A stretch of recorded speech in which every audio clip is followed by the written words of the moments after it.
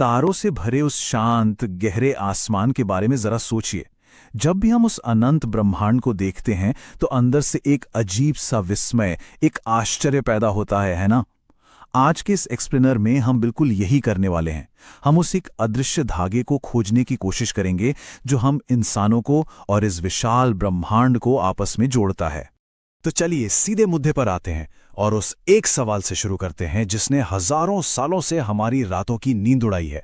हम आखिर हैं कौन? मेरा मतलब है ये कोई साधारण सवाल नहीं है। विज्ञान हो, दर्शन हो या फिर आध्यात्म, सब के सब सदियों से इसी सवाल के पीछे भाग रहे हैं। क्या हम सिर्फ इस नीले ग्रह पर घूमने वाले कुछ बायोलॉजिकल जीव हैं या फिर कहानी कुछ और ही है? और इसी से जुड़ता है हमारा दूसरा सबसे बड़ा सवाल, हम यहाँ क्यों हैं? अब देखिए, धरती पर तो लाखों करोड़ों जीव हैं। उनमें से कई तो हमसे कहीं ज्यादा ताकतवर हैं, तेज हैं।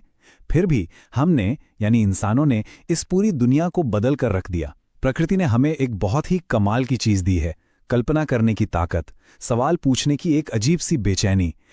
तारों से भरे उस शांत गहरे आसमान के बारे में जरा सोचिए। जब भी हम उस अनंत ब्रह्मांड को देखते हैं तो अंदर से एक अजीब सा विस्मय, एक आश्चर्य पैदा होता है ना? आज के इस एक्सप्लेनर में हम बिल्कुल यही करने वाले हैं।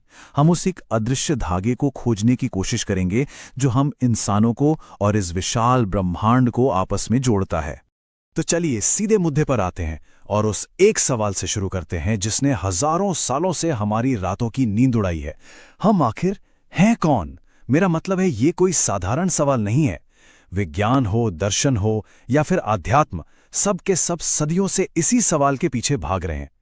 क्या हम सिर्फ इस नीले ग्रह पर घूमने वाले कुछ बायोलॉजिकल जीव हैं या फिर कहानी कुछ और ही है?